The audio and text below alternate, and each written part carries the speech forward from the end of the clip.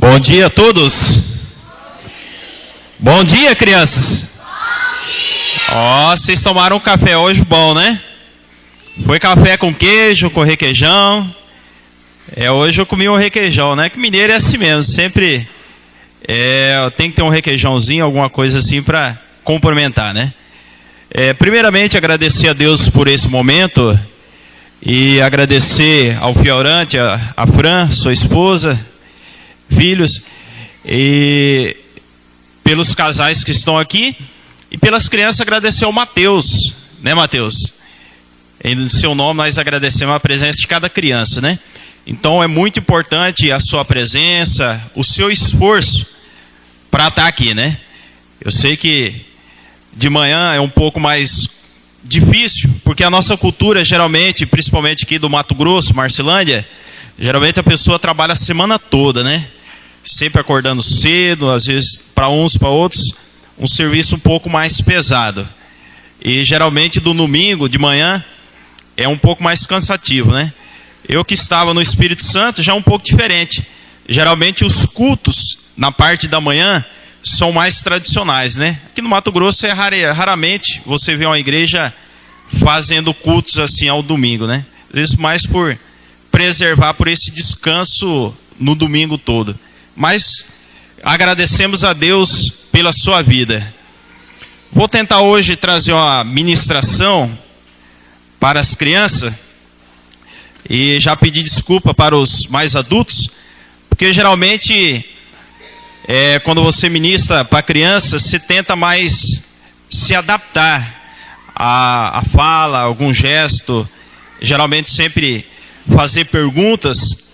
E eu estava semana passada ali em Sinop, no seminário teológico, e tinham algumas pessoas no domingo à noite pregando, visitante, e geralmente o entendimento de um seminarista, ele já gosta do tema, das divisões, do primeiro ponto, subponto, e aí eu sempre falava com eles, seminarista, calma aí que eu já dou o ponto, porque às vezes o visitante que está ali, ele gosta mais de uma ilustração, de uma história, um exemplo de vida. Já a mente do seminarista é assim mesmo, ele gosta do ponto, daquele ponto você já liga outro ponto, do ponto você já dá uma frase, e aí ele já está anotando, né? Mas vamos desenvolver. Eu quero perguntar para as crianças, quem conhece das crianças aqui Moisés? Olha, bastante criança conhecedora de Moisés, né? Vocês trouxeram a biblinha de vocês? Que o pastor deu bastante Bíblia, hein? Nessa aula. As crianças têm que andar com a espada. Você sabia que a Bíblia é a espada? A Bíblia é a espada. Então vocês têm que sempre cuidar de trazer a Bíblia, não é? Você imagina você estar numa batalha aí, e aí você vai lutar com a sua espada, não tem a espada, né? Você acaba perdendo a batalha. Então é importante, principalmente as crianças, trazer a sua biblinha. Por que só a Bíblia? Porque foi dada a Bíblia, né? Para vocês, crianças, já para trazer para a igreja, principalmente quando tiver culto assim, tá bom? Da próxima vocês trazem.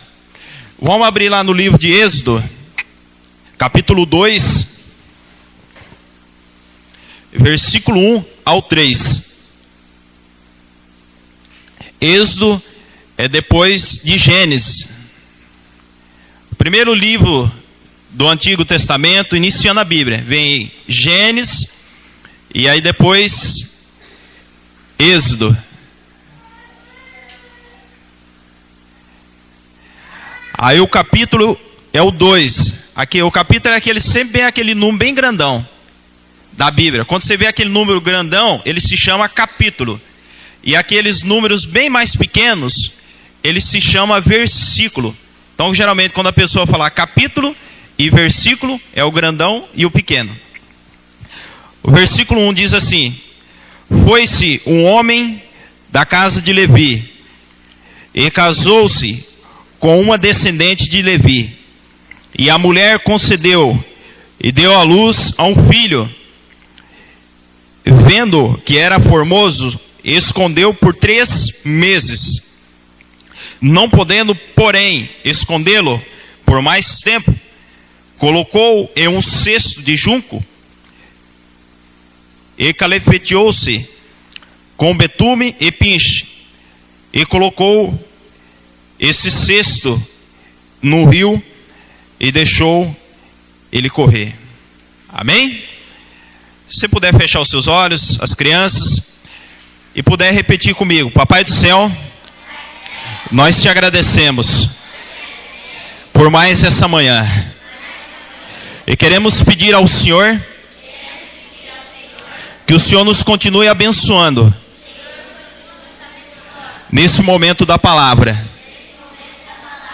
e que suas mãos esteja estendida sobre a minha família e também sobre a nossa cidade.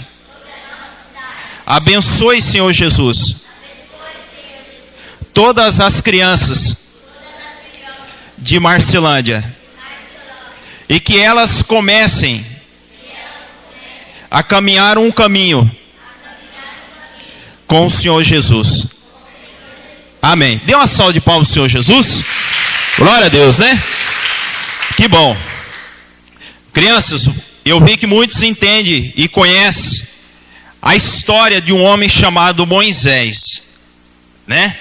Quando você olha Moisés, você lembra de um homem que Deus usou ali no Egito, com aquelas maravilhas, com as pragas, com os milagres, né? Você vê ali Moisés estendendo o cajado e o mar se abrindo. Vocês já imaginaram você estar diante do rio Manito? Não é difícil passar o rio Manito? Não tem como passar, né? Fundo, né? E aí você está ali pertinho do rio Manito. E aí você com um pedaço de pau desse tamanho aqui, ó. Vamos simplificar para vocês. Um cabo de vassoura, mais ou menos desse tamanho. Você está na mão. E aí você estende. Você olha, não tem mais a ponte. Vamos dizer que a ponte caiu do rio, né? Apesar que a ponte está boa, está novinha agora, né? Mas vamos dizer que a ponte caiu e você precisa ir para Analândia. E aí não tem a ponte. E aí tem um grupo de pessoas muito grande atrás de vocês, crianças, né? E aquelas crianças, e aí, como é que nós vamos passar? Nós queremos chegar na Analândia, vai ter uma festinha, vai ter bolo, um aniversário de um amiguinho meu, e eu quero chegar lá. E aí você, um de vocês, é o líder que está ali à frente. E aí quando pensar, vocês estendem aquele cabo de vassoura, e o rio Manito começa a se abrir. Já imaginou? O rio se abrindo, e aí fica tudo seco para vocês passar. Assim foi Moisés. Deus usou a vida dele. E Deus pode usar a tua vida dessa forma, mas também de outra forma. Mas antes de Moisés ser esse homem tão admirado, com tantos princípios, com a fé tão grande, esse homem que nós acabamos de ler, essa criança que está ali no capítulo 2 de Êxodo, foi uma criança praticamente à beira da morte. Ali estava um homem ainda adulto, que era o seu pai, Arão, e a sua mãe, Joquebede. Vocês sabem quem que era Joquebede? Vamos ver se algumas crianças. Ela era mãe de quem? De Moisés. Ó, vocês estão de bom de Bíblia, hein? Mãe de Moisés. Então, o Joquebede, na época, vocês sabiam que o faraó... Alguém conhece, sabe o que é faraó? O rei do Egito. O rei do Egito seria mais ou menos, por exemplo, vamos dizer que o prefeito da cidade... Quem que é o prefeito da cidade? O senhor Arnaldo, né? Agora imagina o senhor Arnaldo dando um decreto que todas as crianças tinham que morrer. Não é? Seria difícil. Mas na realidade o senhor Arnaldo não dá esse decreto não, tá? Ele só dá as festinhas para as crianças, alegria. Mas na época, esse homem que era praticamente o prefeito, o rei da cidade, ele deu um decreto. Ele deu um decreto que todas as crianças do sexo masculino tinham que morrer. Não era o senhor Arnaldo não, tá, criança? Eu só usei esse exemplo para você entender um prefeito como o rei, tá? Porque quem manda no município não é o prefeito. Quem mandava na época era o faraó. Então o faraó deu esse decreto, que todas as crianças do sexo masculino tinham que morrer. E uma delas tinha que ser morta, era Moisés. E já estava ao 3º mês de nascimento de Moisés. Uma criancinha de 3º mês. E aquela criança, vamos dizer assim, desde o primeiro dia que as parteiras, porque na época não existia um médico ou uma médica para fazer o parto, para fazer uma gestação de uma mulher. Existiam as parteiras.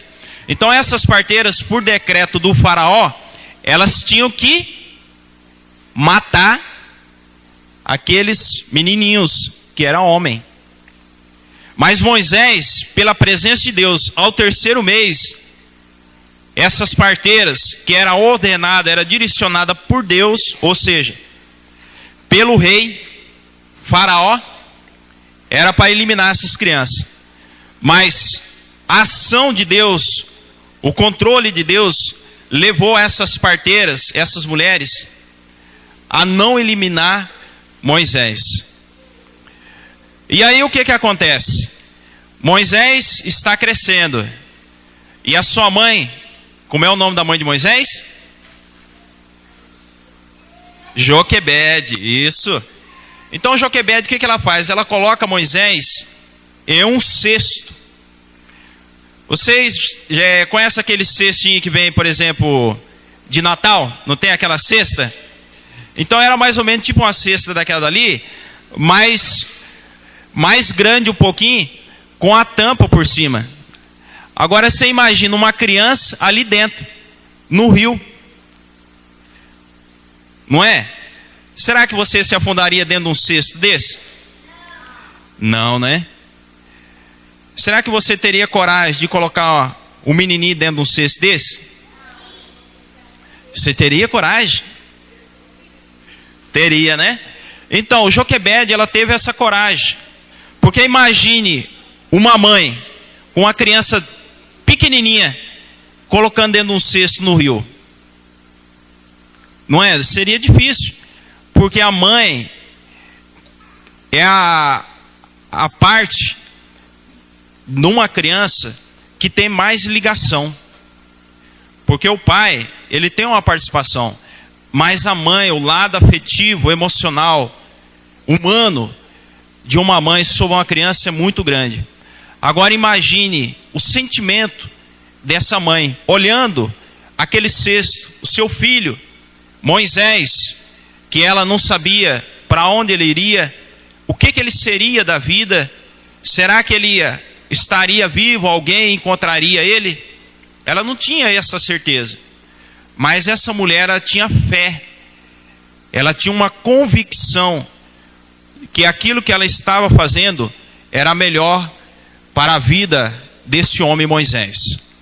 E ela deixou aquele cesto correr. E resumindo a história, a filha de Faraó sabia desse decreto, que todo menino hebreu não poderia estar no palácio do rei, não poderia fazer parte de uma família egípcia. E aí o que acontece? Essa moça, essa mulher, pega Moisés e cuida de Moisés como se fosse o seu filho. Agora eu quero fazer uma pergunta para as crianças. A maioria das crianças aqui tem uma mãe só, né? Agora imagine Moisés. Moisés teve duas mães.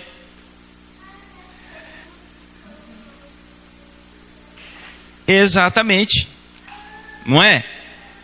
Mas uma mãe dele, que ele estava no palácio, não era a mãe legítima dele. Não era a mãe de sangue. Exatamente, por criação. Então, às vezes, você criança, às vezes na sua casa, no lar que você vive hoje, às vezes a sua mãe não é o mesmo sangue seu. Às vezes a sua mãe te deixou você num cesto. Ou seja, às vezes a sua mãe não está mais próxima de você hoje. Mas aquela pessoa que está na tua casa cuidando de vocês, seja quem for, a sua avó, a sua tia, não sei, quem cuida de você como sua mãe. Essa pessoa ama muito você, porque essa pessoa poderia, como essa filha de Faraó, ter abandonado essa criança. Não era filho dela. Imagine você encontra uma criança que não é parente de vocês, não é filho, não tem ligação nenhuma. É difícil às vezes a pessoa pegar essa criança, mas essa mulher, ela tomou a decisão de cuidar de Moisés. E agora vamos para o primeiro ponto. O primeiro ponto, para as crianças, vocês sabem o que é um ponto? O ponto numa pregação seria o seguinte: a primeira decisão, a primeira escolha, o primeiro passo para você aplicar uma mensagem. E o primeiro passo para essa mensagem está lá em Filipenses, capítulo 4, no Novo Testamento. Alguém conhece o livro de Filipenses? Lá no Novo Testamento. Vou andar um pouquinho mais rápido, que às vezes vai ser um pouquinho difícil você achar que passou de 1 Coríntios, 2 Coríntios, é tudo livro, tudo meio embolado ali. Filipenses fica para frente de Efésios. Entre Colossenses, é uns livros bem pequenininhos. Capítulo 4, versículo 11. Diz o seguinte: digo isto, não por causa da pobreza, mas porque aprendi a viver contente em qualquer situação. Então, a primeira coisa, nós devemos permanecer espiritualmente, moralmente, fisicamente, emocionalmente contente. O que é esse contente? Contente é um estado que eu tenho que estar, de equilíbrio. Um exemplo. Eu vou usar um exemplo um pouco mais forçado. Vamos dizer que alguém perde, ou seja, a morte chega para alguém da família. Às vezes, emocionalmente, a pessoa sente, não sente? A morte de algum ente querido da família, emocionalmente, a pessoa sente. Mas, racionalmente, você não vai tomar decisões desequilibradas da sua vida. Porque, às vezes, a pessoa tem 20 anos, sei lá, tem muitos anos para seguir à frente, para tomar decisões. Racionalmente, ela não vai jogar a vida dela fora, ou vai tomar outra decisão que vai piorar a situação. Então ela tem um estado, ela toma uma decisão de estar sentindo, comovendo com a situação de um ente querido que perdeu, mas ela olha para o futuro, aprendendo os lados positivo ou negativo daquela pessoa que se foi. Por quê? Ela tem um equilíbrio, ela tem uma firmeza. E assim, crianças, vocês estão contentes de estar na presença do Senhor Jesus? Estão mesmo? E vocês sabem que dentro do nosso município tem muitas crianças que não estão contentes. Você sabia que nesse momento tem muitas crianças que estão tristes? Dentro das suas casas? Entre o seu pai e a sua mãe? Tem muitas crianças que às vezes não tem alegria de você ter o amiguinho do lado aqui, ou a amiguinha do lado. Por quê? Porque o pai briga, a mãe briga, o pai às vezes é um dependente químico, ou é um alcoólatra, ou a mãe é uma dependente química ou alcoólatra, uma pessoa que bebe, que fuma drogas. E às vezes tem muitas crianças que não têm essa alegria, essa felicidade. Mas você tem. Por quê? Porque a igreja é uma família para vocês. E vocês sabem disso. Por quê? Você já viu que cada um chama de irmão, não é? Você já viu um chamando, e aí, graças paz, irmão, graças paz, irmã? E na realidade, se você olhar do lado genético, você só tem os irmãos da tua casa, né? Irmã, o pai, a mãe. Mas em Cristo, quando você se converte a Jesus, você tem uma família. Porque todos são nossos irmãos ou irmã. Todos nós em Cristo. E a família de Cristo, a igreja, sempre está ajudando um outro. Por quê? Quando acontece uma situação difícil com um, alguém chega para ajudar. Seja financeiramente, seja emocionalmente, espiritualmente. Ou meu irmão, minha irmã, criança. O que você precisa? Nós estamos aqui para te ajudar.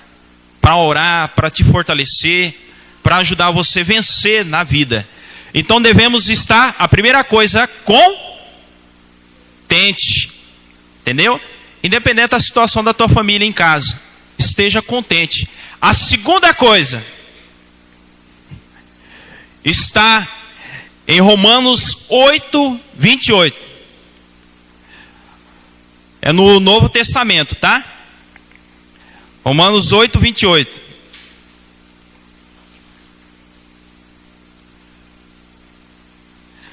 O livro de Romanos fica à frente do livro de Atos. E fica atrás do livro de 1 Coríntios. Fica entre esses dois livros. Capítulo 8. Versículo 28. Diz o seguinte: sabemos que todas as coisas cooperam para o bem daqueles que amam Deus e daqueles que são chamados segundo o seu propósito. Então, todas as coisas, quando nós estamos em Cristo, a nossa fé em Jesus Cristo, vão cooperar. Voltando atrás, a história de Moisés, não tinha tudo para dar errado na vida de Moisés? Tinha tudo para dar errado, por quê? Colocou aquele menininho num cesto no rio e deixou de água abaixo descendo. Mas a situação fez cooperar para ele ser um grande homem de Deus. Cooperação, a forma de ajudar as pessoas a atingir um objetivo, onde duas ou mais pessoas trabalham em função de um bem. Vocês sabiam que existe 3 pessoas que sempre estão ajudando a cooperar a nossa vida? Na Bíblia, vocês sabem qual que é essas 3 pessoas? O Pai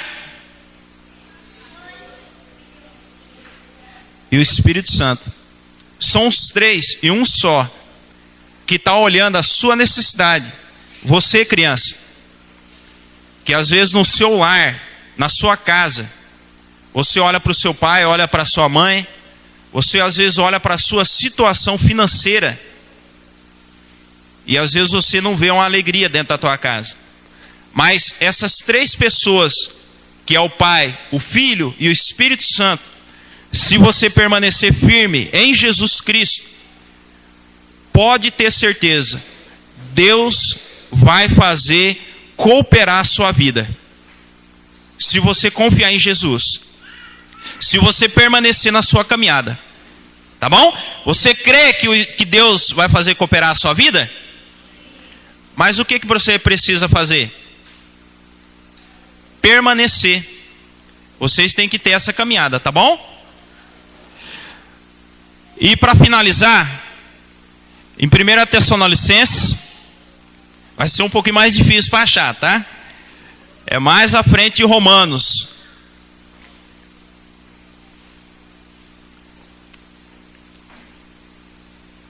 Primeiro Tessalonicenses, ele fica à frente do livro de Colossenses.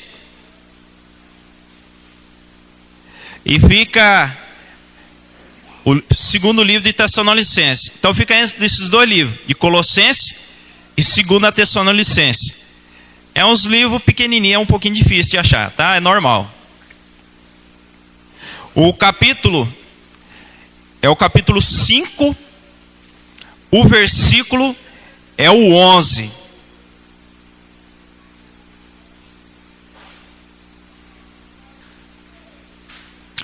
Perdão, o versículo é o 18.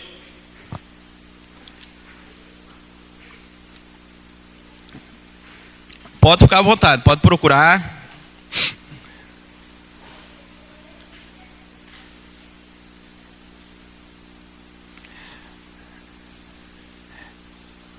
Glória a Deus. Vamos lá.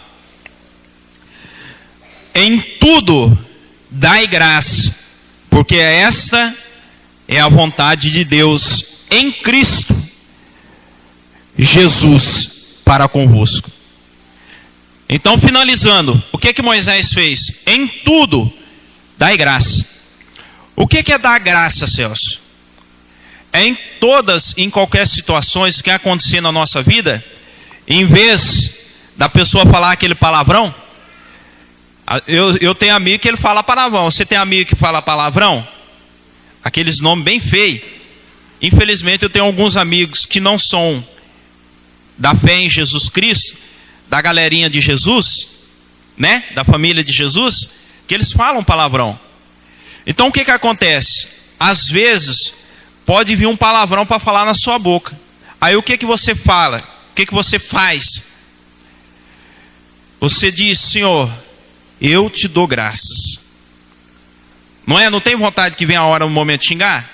Tem hora que vem um momento de xingar, porque nós somos humanos. Uma situação, vamos dizer que você está jogando bola, e aí você vai chutar a bola e você chuta o chão, e machuca o dedo. Não dá às vezes a vontade de xingar ali? Mas aí o que eu vou fazer nessa situação? Senhor Jesus, eu te dou graça. Em vez de sair um palavrão, eu te dou graça. Então nós devemos dar graças a Deus em todas as situações. Amém? Primeira coisa, alguém lembra? Estar contente, né? Feliz em Jesus Cristo. A segunda coisa, todas as coisas vão cooperar para Jesus cuidar da nossa vida. E a terceira coisa, quem sabe? Dar graça, tá bom? Agradeça a Deus por tudo, independente da situação, se está boa, se a conta no banco lá está cheia, você olha assim um saldo, nossa, ô glória, o jurinho subiu hoje. Mas às vezes você chega na conta lá no banco, está vermelha, e aí você olha: Senhor Jesus, eu te dou graça. Amém? Se pudesse colocar de pé, vamos orar e depois nós finalizamos. Cada criança puder ficar de pé, pode ficar de pé, criança. Se já ficar um pouquinho sentado, vamos ficar de pé? Vamos? Se você estiver doente, tiver machucado as pernas, pode ficar sentado, tá bom? Pode ficar tranquilo. Mas vamos orar. Se puder, principalmente as crianças. Principalmente as crianças. Puder fechar os olhos. Vamos, nesse momento, a oração, criança. Agora não é o momento de você conversar com seu amiguinho. Depois você conversa, tá? Vamos orar a Deus. Papai do céu, obrigado, Senhor Jesus, por essa palavra. E nós queremos agradecer ao Senhor,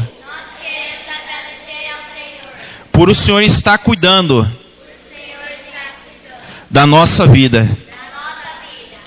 E hoje, Senhor Jesus, nós temos mais uma família,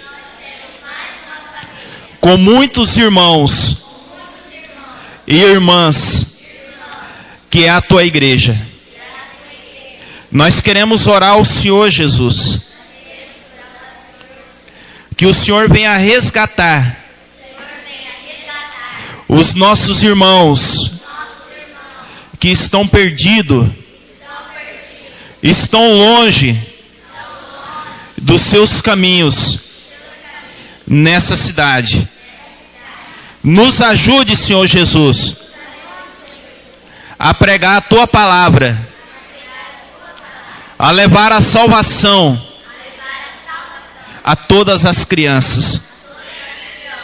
Abençoe também a nossa família, que vem ser uma família que serve ao Senhor. E nós queremos profetizar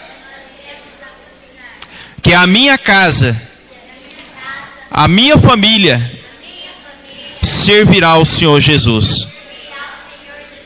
Amém. Dê uma salva de palmas bem forte ao Senhor Jesus. Glória a Deus, né? Pode se assentar, ficar à vontade na casa de Deus. Então, a minha família, a sua família, vamos servir ao Senhor Jesus. Tá bom? E quero agradecer a oportunidade e passar a palavra para a Kelly. Glória a Deus, amém? Quem está contente nessa manhã? Quem se alimentou hoje? Espiritualmente falando. Todos? Ninguém? Quem se alimentou, digo glória a Deus, bem alto. Tudo bem. Logo mais à noite tem o culto, não é isso? Então vocês todos estão convidados a vir. E nós vamos convidar a nossa missionária Mirim, né, a Brenda, para fazer a oração final.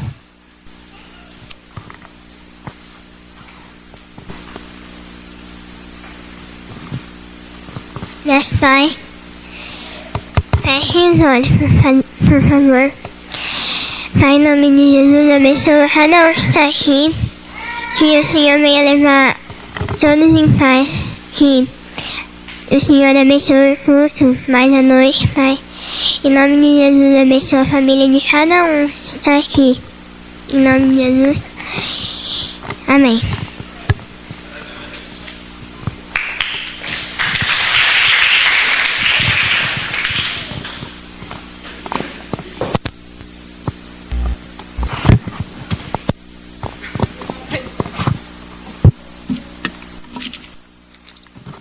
Amém. Então todos estão dispensados, né? Está esperando. Glória a Deus.